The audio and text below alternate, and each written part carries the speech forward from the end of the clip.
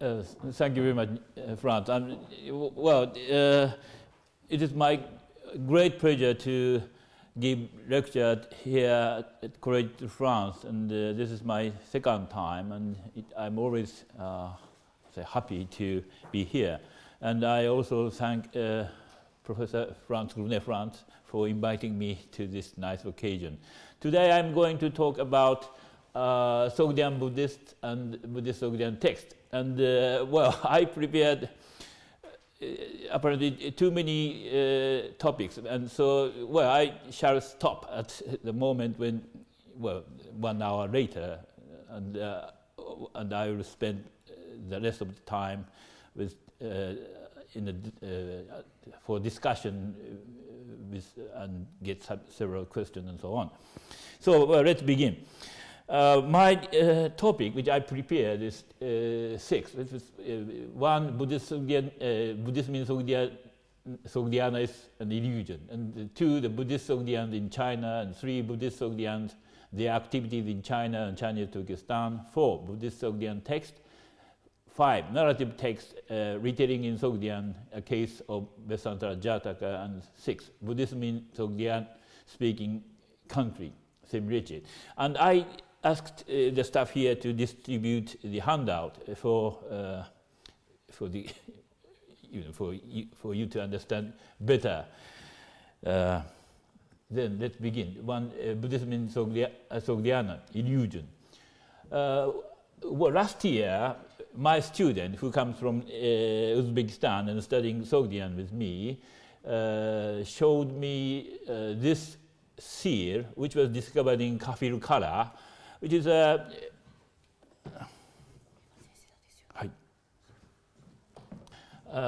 Kafir-Kala is, I think, 10 kilometers south of Samarkand, and it is the residence of pre-Islamic Samarkand king. And there they have discovered very many seals. Among them, this was discovered in the season 2014. And because of this, he thought that it's a representation of Buddha or Bodhisattva or whatever, something Buddhism, and he wanted to read some Buddha name or Bodhisattva name here. But he failed, and finally he came to me and asked me what it is. And then, I tried to read the inscription, 3 lines here, and it soon becomes clear. This is clearly written cartoon.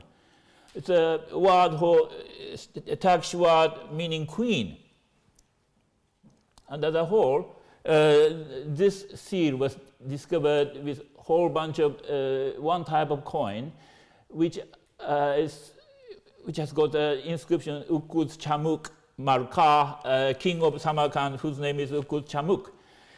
And this is one of them. And so, when it comes to the inscription, third line is cartoon, and the second word has got a feminine ending. So I thought it's a name of cartoon. And the first line, one word actually, is ends with apa, with a Turkish word or Turkish title. So it seemed to me, this cartoon's name was Unin, and her father's name is Ilti Apa. So this is a seal of a cartoon whose name is Unin, and her father's name is Ilti Apa. So this cartoon was, of course, a wife of Turkish Kagan. And who can she be? And I wondered if she is a Tonyabugu's Kagan called Tonyabugu Kagan, who died in 628. And in the Chinese chronicle Chu Tan Shu, there is a passage where they say something about Tonyabugu Kagan. In the Sui time, before Tang, their king was Chi, and he got married with Kagan's daughter. And Shaban thought this Kagan should be Tonyabu Kagan, who died in 628. And about this king, Chi, there's record in the Chutanshu. It says that in the year 627, he sent an envoy to Chinese court. And in 631, he also sent an envoy, and he said that he wanted to be a subject of Chinese emperor. Well,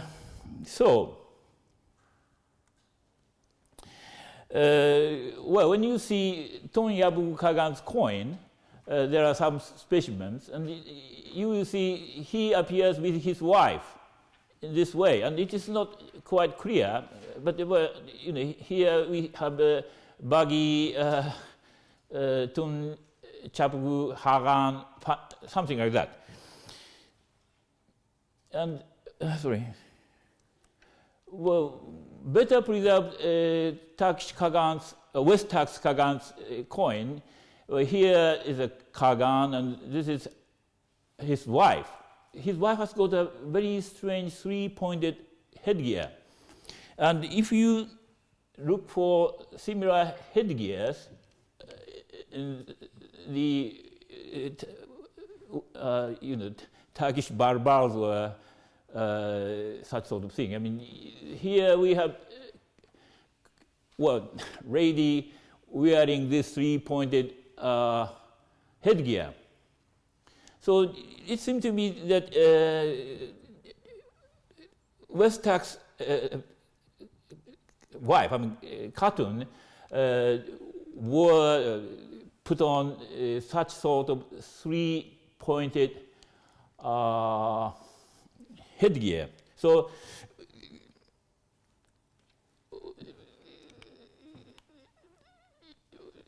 now it seems to me that because we find her seals in Kafir Kara. Kafir Kara is Samarkand king's residence. So obviously this cartoon sent letters to Kafir Kara, where apparently her daughter was living at that time. And so that is the explanation of my explanation for that seal, which is it has got a representation of cartoon, and this seal was accompanying letters sent by her, possibly to her daughter, who was Samarkand king's wife. Well, anyway, this is my hypothesis. And then, well, now it comes to the Buddhism. Well, it is clear when Xuanzang, the famous Chinese pilgrim, was in Samarkand in 630. Well, this was proved by Etienne de la Bessière. And then the Samarkand king who met Xuanzang met this Chi because he was ruling at that time. And Xuanzang, in his report about Buddhism in Samarkand, he said something about the Buddhism here. And one thing, well, we have two records about Xuanzang. One is official records called CUG. There you don't find anything about Buddhism in Samarkand. But in his biography, more or less hagiographic, we find brief mention of two Buddhist temples. And there's no monk, he said. Well, I will read the translation of his biography of the relevant passage. The king and people do not believe in the law of Buddha, but their religion consists in sacrificing to fire. Of course, they were Zoroastrians. There are here two religious foundations, Buddhist temples, but no priests dwell in them. If stranger priests seek to shelter therein, the barbarians follow them with burning fire and will not permit them to remain there. And well, Frantz, in his inaugural lecture here at the Collège de France, says in the following way: many paradoxes are also found in the religious domain. It has traditionally been thought that Buddhism was mainly supported by the urban merchant class. This can perhaps be said of Bactria, where it held an important, though not hegemonic position. But in Sogdiana, the most mercantile of these societies, the exact opposite has been found. Archaeological traces of Buddhism are very rare. The Chinese pilgrim Xuanzang, who passed through Samarkand in 630, noted that there were almost no more monks and that the last ones were being hunted down in their monasteries by the Zoroastrian zealots, brandishing fires of purification. While Sogdian Buddhists certainly left abundant writings, these Buddhists existed virtually only in China, where they had converted. This is actually what I want to say in this lecture, but let's see more the details of this Sogdian Buddhism. When I began to study Sogdian in Japan, in Japan they saw that there was a Buddhism in Sogdiana because there were not very many, but there are several Buddhist monks who bore surname Khan, which means he was originated from Sogdiana. So they saw that if this monk, San Kan Hui, Kan Sen Hui, was of Sogdian origin, his Buddhism is something to do with Buddhism in Samarkand at that time. But if you look at his biography, actually it is not. I mean, he said, in his biography it said that his family had been living in India, but in the course of trade activities, his father came over to Hanoi, where Kan Sen Hui became an orphan and became a monk at the same time. And then he moved to Nanjing, where he translated several sutras into Chinese, such as Liu, Du, Ji, Jing. As far as I can see, all the monks of Sogdian origin became monks when they came to China. They were not Buddhist monks while they were in Sogdiana. There are several examples here, and almost the last one is here. When Bukong, Amoga Bajira, was very powerful, in 767 and 768, 5 Sogdians became monks in China. And one of them is age 55, and apparently he was come from Paikand, and his name obviously Wakshuyan or something like that. And they became Buddhist monks together with 3 other Central Asians who bore the surname Ro. Surname Ro is believed to represent Tohara, which means Bactria. So,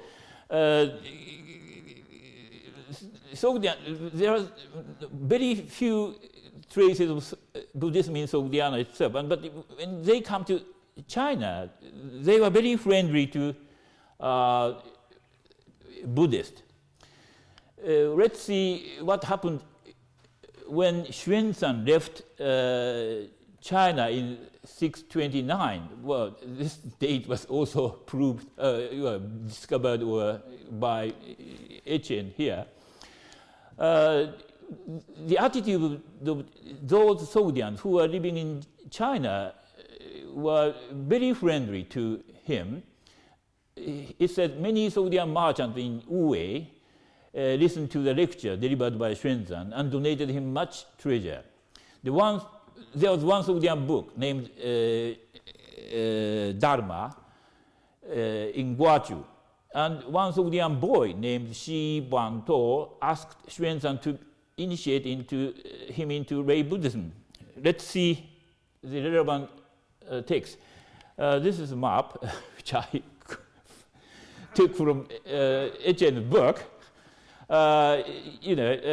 Xuanzang started Chang'an to follow this way to Hami and then to Central Asia. This is Wu-wei and this is Guazhou, and then he crossed the desert here.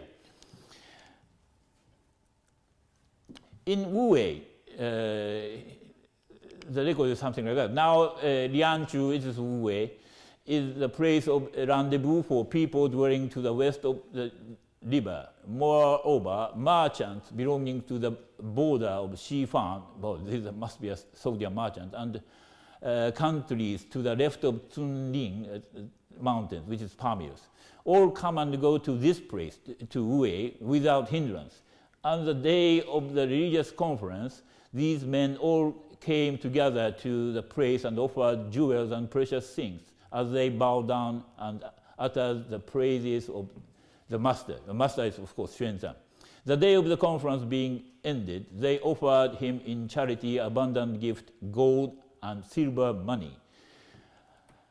And in Guazhou, it said that night there was a foreign priest, it said Hu Sen, which means a Sogdian monk, in the temple, who had a dream. His name was Dharma, and in his dream he saw the master, Xuanzang, sitting on a lotus flower and going toward the west.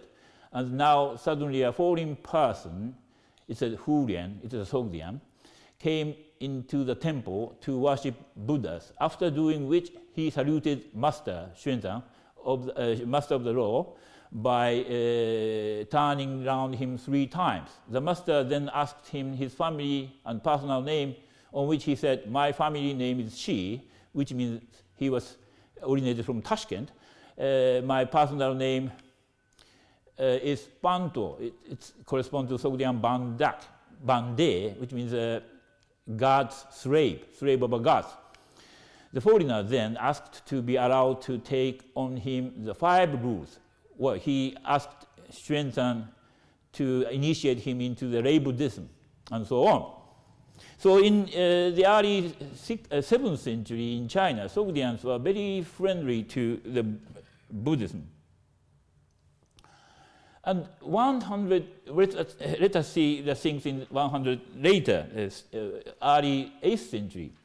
In early 8th century, we have a record by a Korean pilgrim Hui Chao, who traveled through Central Asia in 726 and 727. And he mentioned, well, in Samarkand there's only one temple and there's only one monk. Well, there's nothing in Samarkand itself. But in Luoyang, the eastern capital of Tam, well, this is one Sogdian text. It's the end part, and we have a colophon here. And so we know the date of this sutra, this Sogdian Buddhist text. And sorry. Well, in the colophon it says, "The sutra of the condemnation of intoxicating drink." Well, you are not recommended to drink alcohol, of course. One scroll. The handiwork of the teacher Butian, son of Salchimak, has taken 4 sheets of paper. It's a very short text. It was in the town of Sarak, which means Luoyang, in the 16th year of the divine Son of Heaven, Chinese Emperor, Kai Yuan, which corresponds to 728, in the year of the dragon, the 1st month. Thus the Upasaka, lay Buddhist, Chatvaratran of the An family, relied on the Acharya Junyanya Chinta and besought him and addressed him from the bottom of his heart, and then the Bhikshu Junyanya Chinta translated it from Indian into Sogdian scripture for love of all the living beings of the whole world. From this colophon, we understand that the commissioner of this Sogdian text is a lay Buddhist Chatvaratran, and his family name was An, which is believed to indicate his Boharan origin. His family originated from Bukhara, west of Samarkand.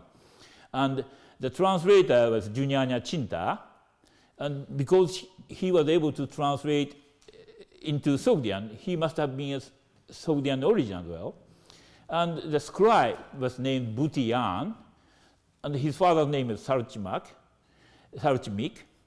And this Butiyan is a typical Buddhist name, meaning Buddha's grace or Buddha's boon. It's Buddhi and Yan. And well, if it is transcribed in Chinese characters, it would appear in the following way: An, Fu, Di, Yan. And the purpose of translating this Sogdian text was collecting merit for love of all the living beings of the whole world. So, well, let's see from the onomastics, I mean, from the names of the Sogdian people, whether they are Buddhist or not. Well, I will see some Chinese documents discovered in Dunhuan and Turfan, the western part of China. Let us see at first this Dunhuan document. It is a census register of about 750. And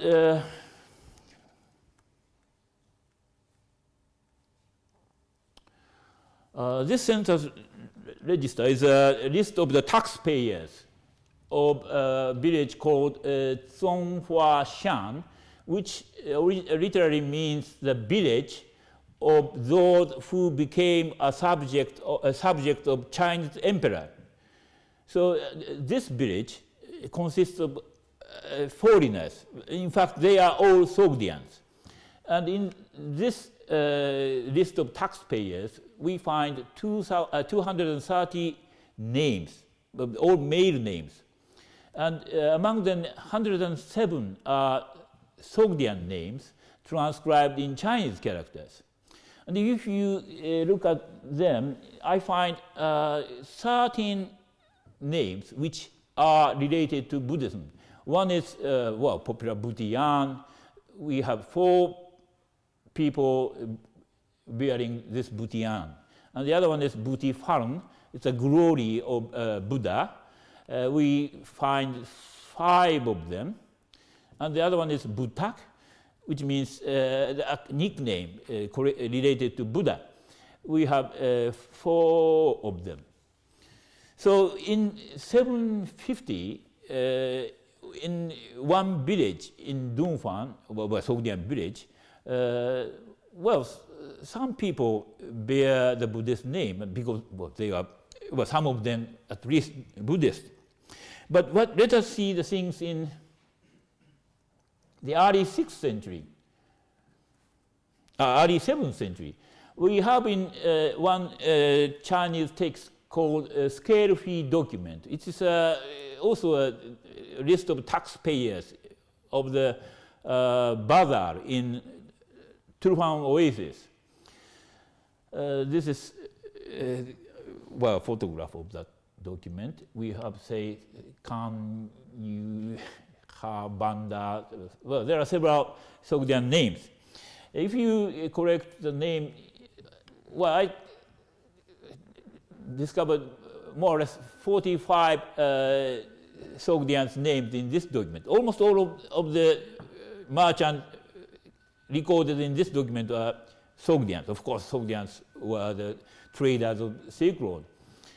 And among them, only one person has got a name which is in Chinese. But all the others bear Sogdian name transcribed in Chinese characters. But among them, there is no Buddha name. And this is not a Chinese document, but it is a Sogdian contract for females, selling female slave for 120 drachmas to a Chinese monk. And here we find 14 Sogdian names. Well, there's Sera and the witnesses and so on, and scribe's father or something like that. Among them, there's no Buddha name. But later, in the latter half of the 7th century and the beginning of the 8th century, we begin to discover Sogdians bearing Buddha names. Well, this is my reconstruction of the Chinese transcription. This is the the census register of the Dunhuang, which I mentioned. Well, this is the end of the village, Sogdian village, and there begins another village. Well, all the inhabitants bear Sogdian surname, Kan, An, Shi, Ro, something like that. And let's see the case with the Buddhist Sogdian text. And here, well, this is a Buddhist Sogdian text, Paleo-Sogdian 8, discovered by Paleo in Dunhuang and is now preserved in Bibliothèque Nationale. This has got a very long colophon. And this text is a sutra of the glorification of the 108 names of Arya Avalokiteshvara. The colophon begins line 166, Sardi, Ami, Bagi, Purustan, Aku, Survanch, Kansi, something. In the year, and the year is not given.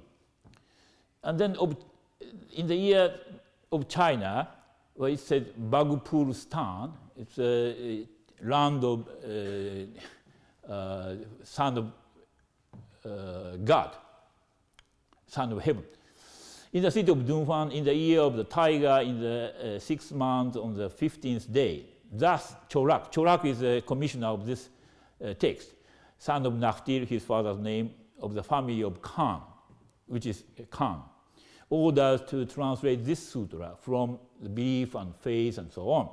So this text was commissioned by Chorak, who was living in Dunhuang, and it doesn't give Nianhao the date.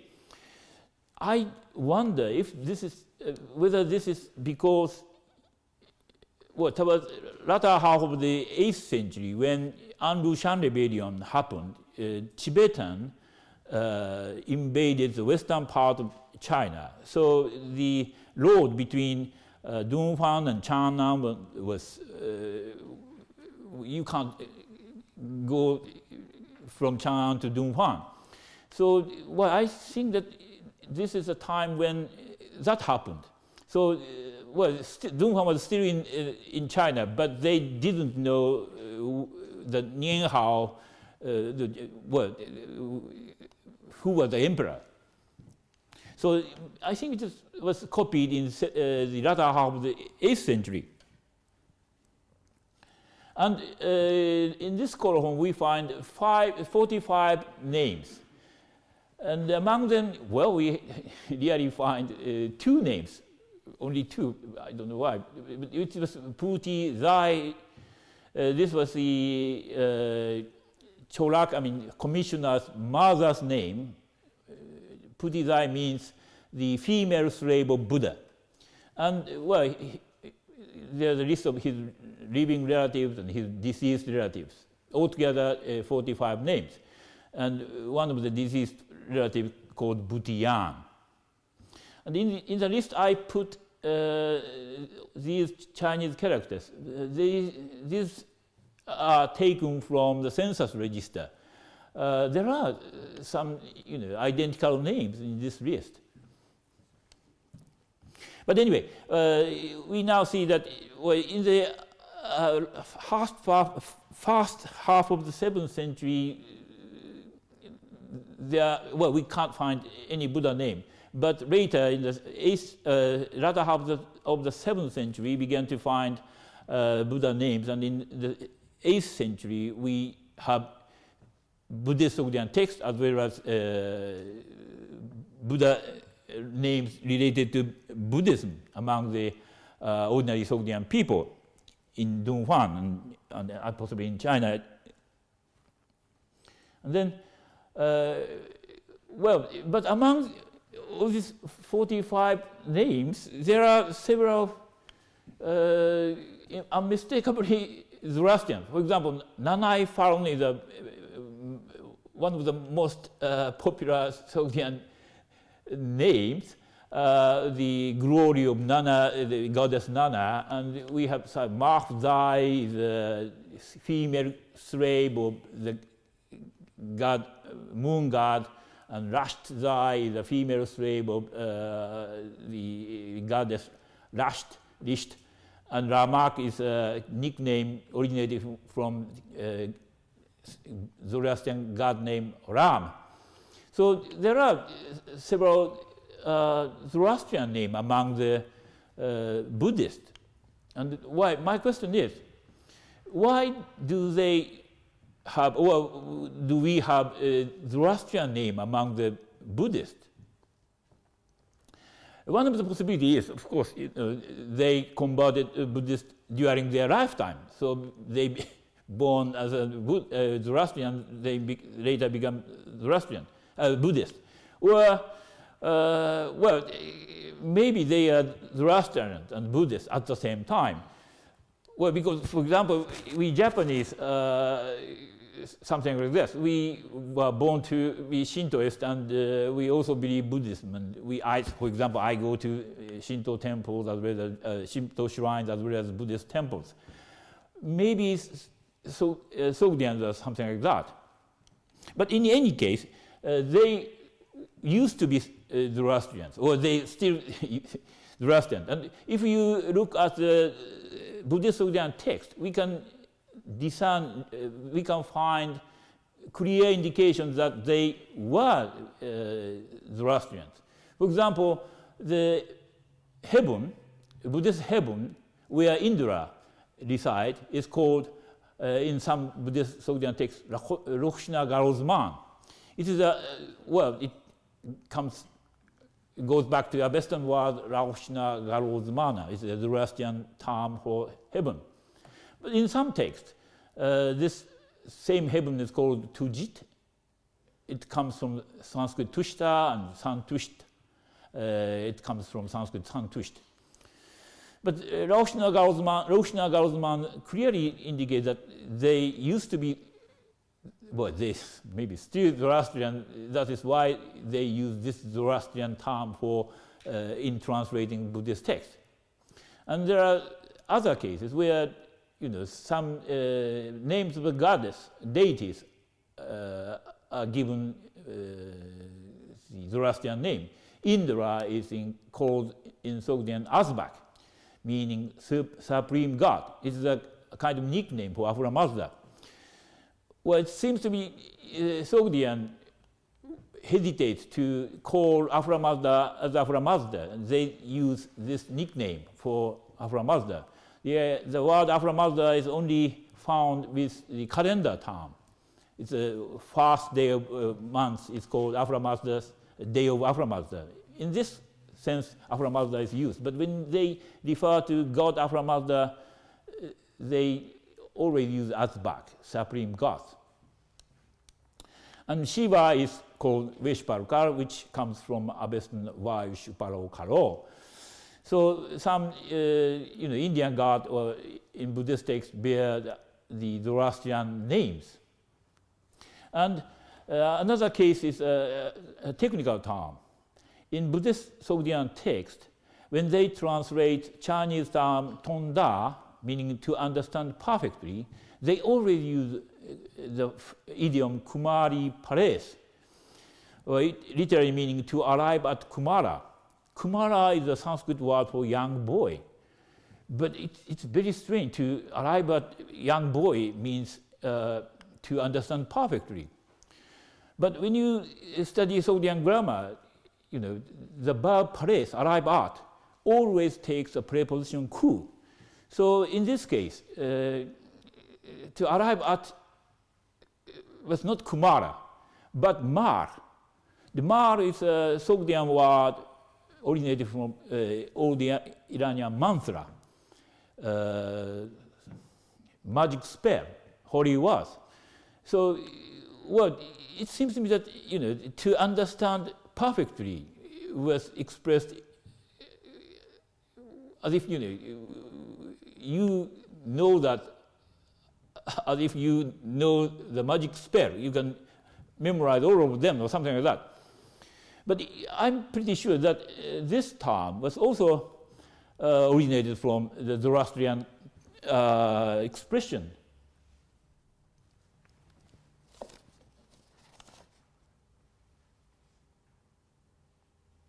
Oh, sorry. Then I come to Buddhist Sogdians in China and Chinese Turkestan, their activities. Well, what did they do in China and Chinese Turkestan? Well, Buddhist, lay Buddhist is more or less like Chinese lay Buddhist. They donated to build temples and to make Buddha statues. One example is known from Rungmen Cave 1410. Rungmen is a cave temple near Luoyang, and here we have such an inscription. Well, it lists the names of the guild trading in spices and incense, and they were living in the southern city of Luoyang. And among the donators, we find 5 Sogdians. Well, so Sogdians are among them, and giving money to these temples and so on. And well, they also copied Chinese text. This is one Dunhuan Chinese Buddhist text. It's a Buddha Nama Sutra, and here we have a colophon in Chinese. But well, this colophon was written by a Sogdian whose name is Shi Lu Shan. The colophon says, the disciple of pure faith, Shi Lu Shan, has reverently copied this sutra, praying that every barrier of sin may be utterly destroyed, that his whole family, great and small, may enjoy peace and happiness, and that he may soon see the face of his son, who is traveling abroad. Obviously, his son is going abroad to do some trade. And well, of course, we have several Buddhist Sogdian texts, and we have other colophons. One colophon comes from Paleo-Sogdian too, according to which it was translated in Chang'an, and Humdan, which is the name of Xi'an, Sogdian name of Xi'an. And we have, yes, one Sogdian text, Paleo-Sogdian 8, which I mentioned some time ago. This is Paleo-Sogdian 8. And then how about the Sogdian monks? And well, of course, they translated Chinese original into Sogdian for their compatriot. I mean, Sogdian lay Buddhists asked the Sogdian monks to translate Chinese text into Sogdian, and they did. But they also, of course, they were among the Chinese monks, and they studied Chinese text. This is a very unique text. Here we find line in Sogdian, which is Sogdian script, but the language is Chinese. I transcribed line 1 here. He writes Chinese text, Buddhist text in pronunciation Sogdian script. And then he put Chinese characters later. So, I think both of them were done by a Sogdian monk. One Sogdian monk who was studying this Chinese Buddhist text. And the other case is this. This is a Chinese Buddhist text And well, I identified this Chinese text. It is Qi Shi Jin, Sutra of the Origin of the World. And it has got one line in Sogdian. And when I read the Sogdian line, it is E ne zai o stampus teahu. This is the Sutra of the Origin of the Earth. Well, it is, I think, the Sogdian translation of this title. So, well, this Sogdian monk possessed this Chinese sutra and studied from time to time. And well, they also studied Sanskrit language. This is again from a Dunhuang document. We have Indian, well, Brahmi text here, and here we have Sogdian text. Well, it's a pronunciation of Indian language in Sogdian script. But in Chinese Turkestan, of course, they, I think, studied Chinese as well. But you know, in Chinese Turkestan there was another Buddhism. For example, in Kucha, where Tokharian language was spoken, they have their own Buddhism. And one Buddhist text discovered in Dunhuang, this is a colophon. It is also very famous. This colophon says that this is the teaching of the laws of contemplation. A Kuchian man, son of Mir, a Buddhist monk by the name of Punya-Rakshita, has translated it from the Kuchian language because of the friendship of all the living beings and because of his wish to obtain the Buddhahood. So this Sogdian monk was living in Kucha, and he translated Tokharian text into Sogdian for his merit. And well, this is a very old photograph of Paul Perriot, who took it more than 100 years ago in Kijir, which is near Kucha. Well, when I saw this old photograph, there's two lines here. And this is a scribble. It says, Tathagat Soma Mazi Agatim. I, Tathagata Soma, came here. It's a very simple scribble. But this Sogdian monk, whose name is Tathagata Soma, came here to write down this name. Well, 20 years ago, when I visited Kijir, I searched for this cave, and I actually discovered it. But all these are fallen down, and there's no inscription anymore. It's a pity.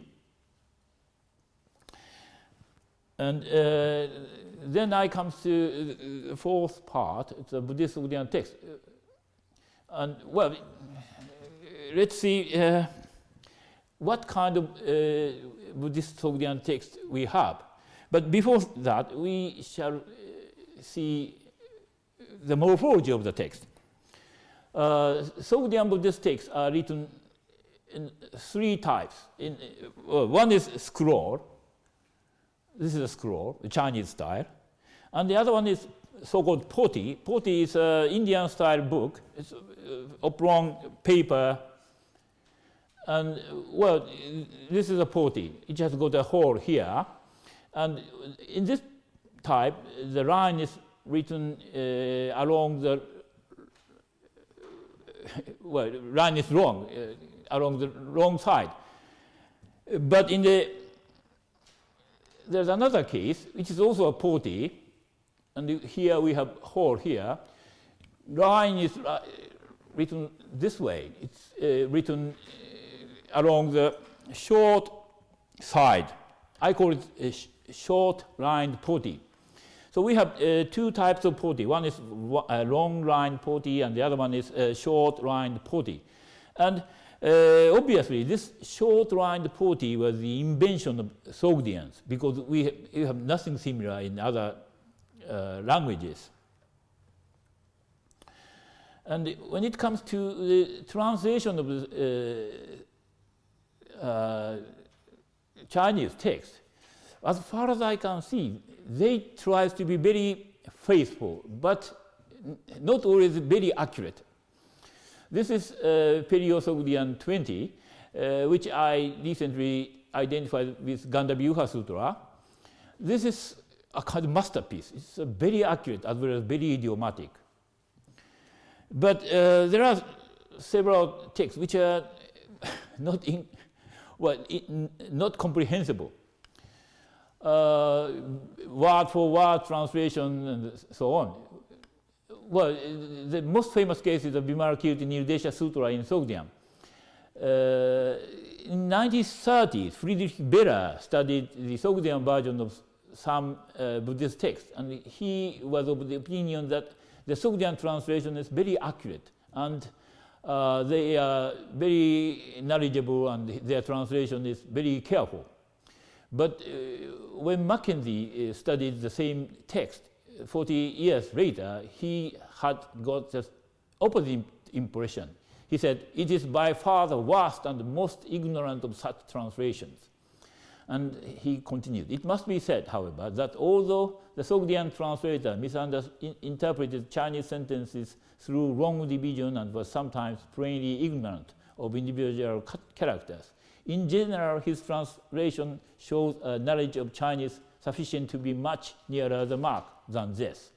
I think we nowadays scholars share this opinion with Mackenzie. But in any case, Sogdian tries to be faithful, but sometimes their translation is not accurate or not comprehensible. And as far as so far, we have somehow identified more or less 50 Buddhist Sogdian texts with their original, or well, in any case, contents are identified. I classified them into 5 groups. One is Major Mahayana Sutra, where Vajra, Chedika, and several other famous Mahayana sutras are translated in Sogdian. But curiously, so far we have not yet discovered the Sogdian version of Saddharma Pundarika Sutra. It is very strange because it is very popular. And the other one is narratives. It's a popular story. Vesantara Jataka and some Jatakas and some stories and so on. And in this case, Sogdians were not faithful to the text. They more prefer retelling. And third one is text concerning popular ethics and Vinayas, where the text prohibiting alcohol is one of them, and there are several other such texts. And the fourth group is text concerning beneficent Buddhas and Bodhisattvas. Well, for example, text concerning Avalokiteshvara and Vaishajya, Vaidurya, and so on. And the last group is text based on Chinese apocryphal texts related to Zen Buddhism, Dhyana school. All these groups are discovered by me. Well, in the 8th century in China, the Dhyana, Zen Buddhism became very popular, and obviously Sogdian people wanted such sort of text in Sogdian. And quite recently I discovered this Ren Chie Shi Ji Ji. This is one of the most famous Zen text, Dhyana text in Chinese, and it was composed in second decade of the 8th century. This is one fragment of this text.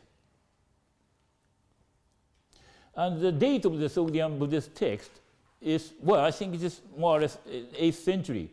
It can be proved by the date of the original, Chinese original. For example,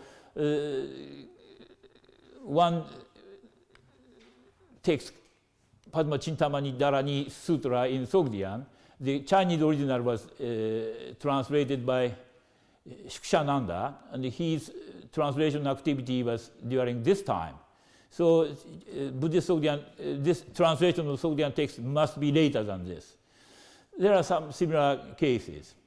And the Chinese text, which I showed, this text, Well, when I study the pronunciation of Chinese reflected in this manuscript, the Chinese is a bit old, and I think it comes from the first half of the 8th century.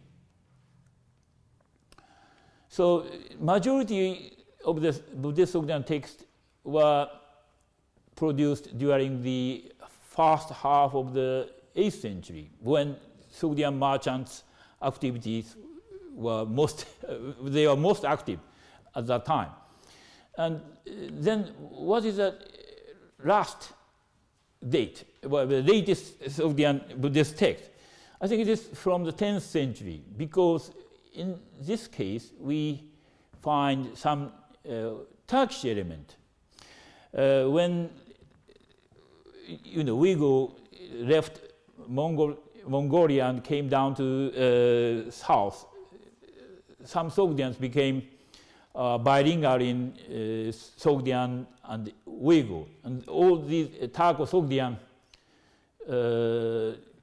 some of the Turco-Sogdian people produced Buddhist text. One is this is Paleo-Sogdian 16. Here is the Brahmi Sanskrit text of Prajna Paramita Hridaya Sutra, and then there comes the Buddhist Sogdian text, which has not been identified. But the Basel side, Sogdian text ends here, and this is followed by one line in Uyghur. Well, and it is written by the same hand. So he must have been bilingual in Uyghur and Sogdian. And I think this comes from the 10th century. And this is another case. It's a painting of sitting Buddha, and there is some colophon in Sogdian, but the names are all Uyghur. And this is another case. We have 3 fragments of Buddhist Sogdian text, and it ends here. And when I see the birth of this text, well, it is a colophon here. This colophon is written in Uyghur. So it seems to me that the latest Sogdian text was written in Turco-Sogdian in the 10th century. This is another case. So, well, about Sogdian Buddhism, well, we may call it a colonial phenomenon. It was, the term was invented by Xavier Tremblay in his article published in 2007, because virtually no Buddhism in Sogdiana proper. The Sogdians became lay Buddhists and Buddhist monks only in China and Chinese Turkestan. They were dependent on the Chinese and Tocharian Buddhist societies. And accordingly, Buddhist Sogdian texts were translated from the Chinese or Tocharian Sanskrit texts and have no independent value. However, the narrative of such texts as Vesantara Jataka are retellings. So they differ so much from the prototype rather than translation. And sometimes, debate, discussion as to what is the direct source of these narrative texts.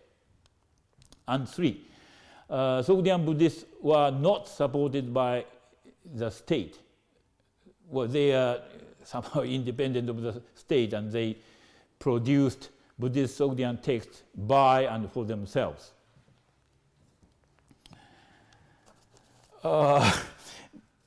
I think I spent almost 1 hour, and I have 2 subjects left. Pardon me? Yes, you can. So. Okay, in that case. Well, so as I said, narrative text is rather retelling rather than translation. Let us see the case of Vesantara Jataka.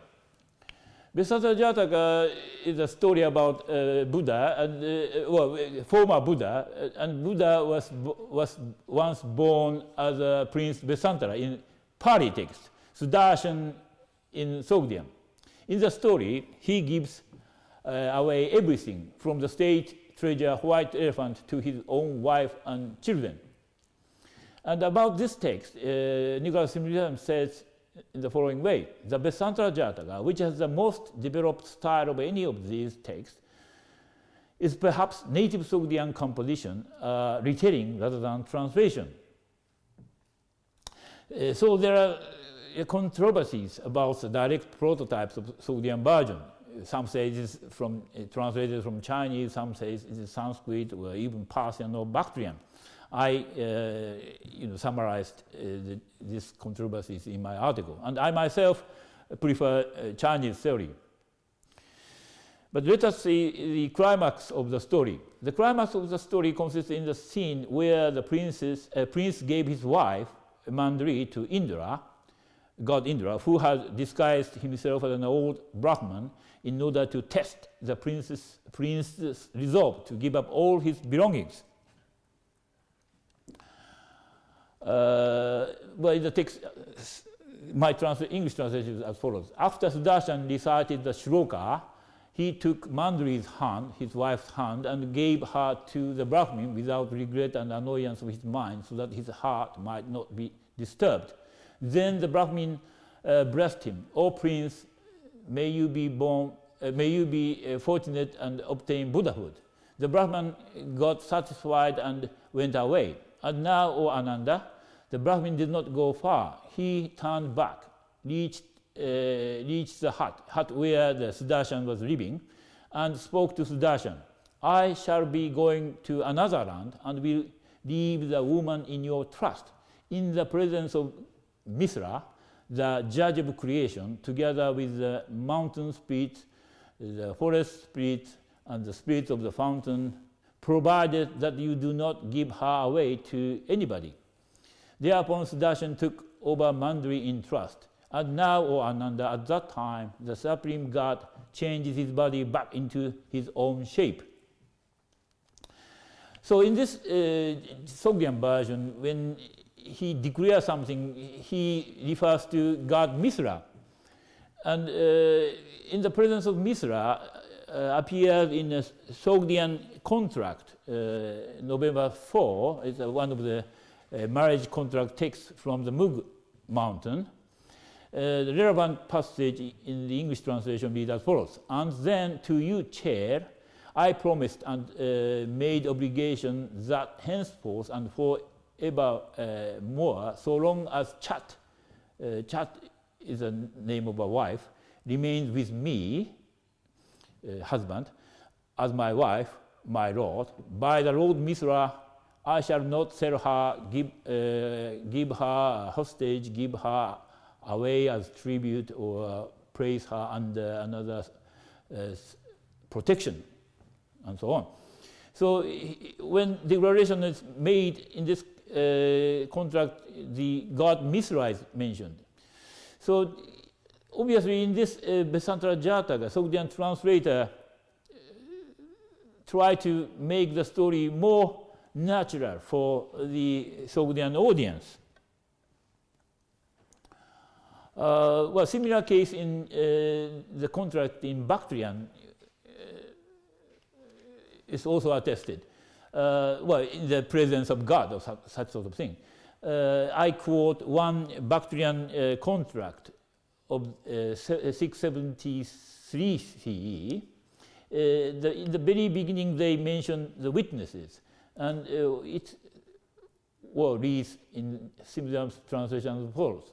"It was the year 449, the month's second new year, the day Din, when this loan contract was written here in the district of Samingan at Marogan, the market of the Harl of Rob." Harl is the title of a king of Rob. "With the cognizance of God Ram Set, the great granter of favors and granter of wishes, the wonderful whose worship and seat are here at Marogan at the market, with the cognizance of Jun, Rad, Shaburan." Then begins the names of the ordinary witnesses. So, obviously, the Sogdian translator of narratives were feel very free in changing the story in the way they like. Another episode from the Vesantara Jataka is as follows. After giving away all his belongings on their way to the banishment, well, he was banished to Mount Dandarak in Gandhara. In particular, the horses and chariot, Prince Vesantara and his wife carried their children themselves. Before arriving at the destination, they crossed a huge river. Unfortunately, the two folios, folio 21 and 22, are lost of the Sogdian version, where how they crossed this huge and dangerous river is described. After crossing the river, they toiled their way to the destination. In Sogdian, in Dunhuang mural, there is an illustration of this Vesantara Jataka. Here the prince and his wife is carrying their children, and even so he presented something to the Brahmins, and finally they have nothing to give. Well, I read a rather long passage. They will come to death. After a long gap, text begins like this. They will come to death. Mandri's feet were entirely lacerated to bone due to stones, pebbles, and thorns. They were stepping with their bones so that wherever they would step, the ground was all blood. They also toiled very miserably. Sudarshan was going in front when Mandri sat down on the spot and began to weep and to make lamentation. When Sudarshan heard the voice and turned back to look backward, he saw Mandri sit weeping, and his mind was oppressed.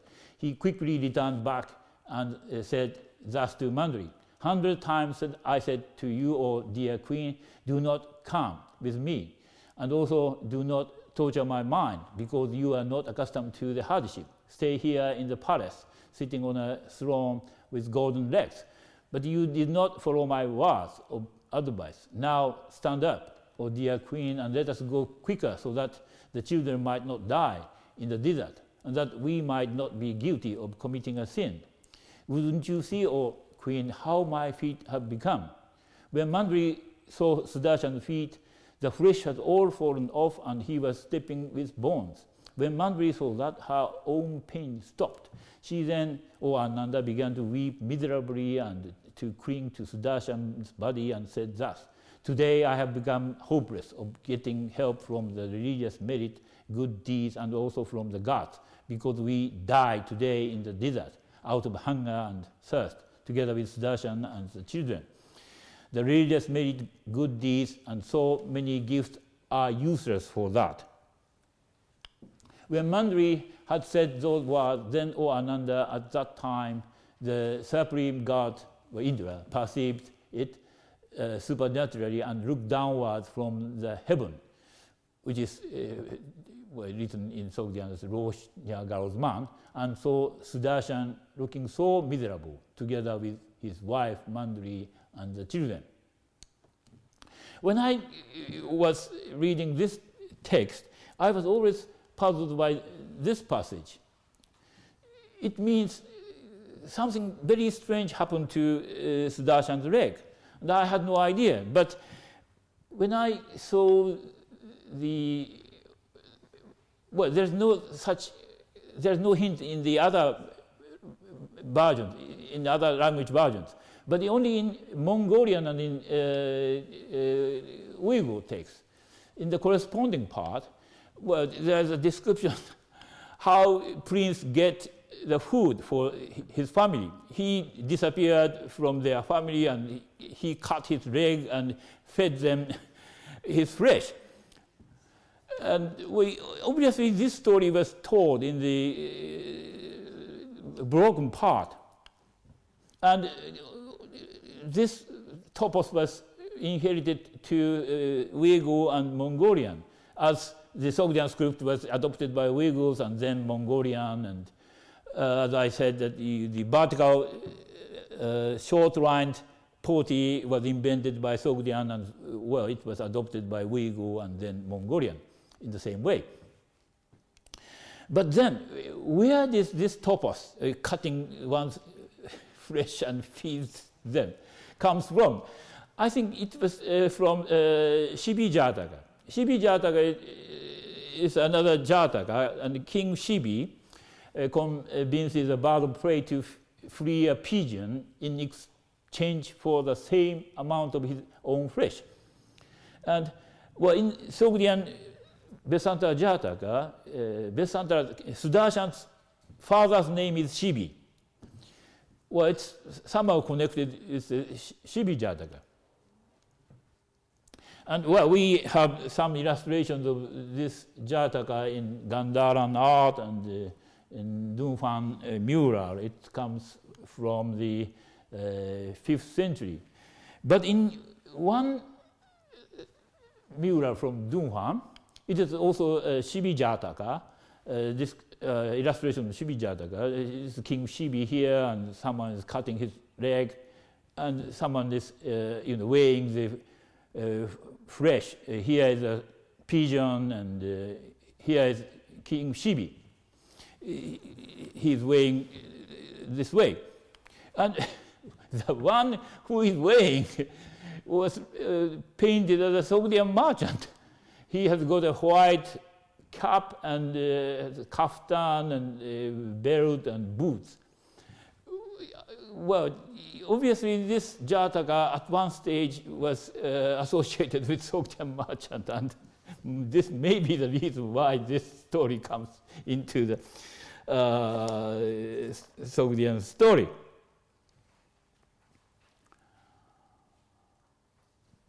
The last topic is Buddhism in Semrichi. Well, as I stop here, but one thing which I wanted to mention is that we, in Semrichi, which is a Sogdian-speaking area, archaeologists did find many Buddhist elements, even the Sanskrit texts. And I think, in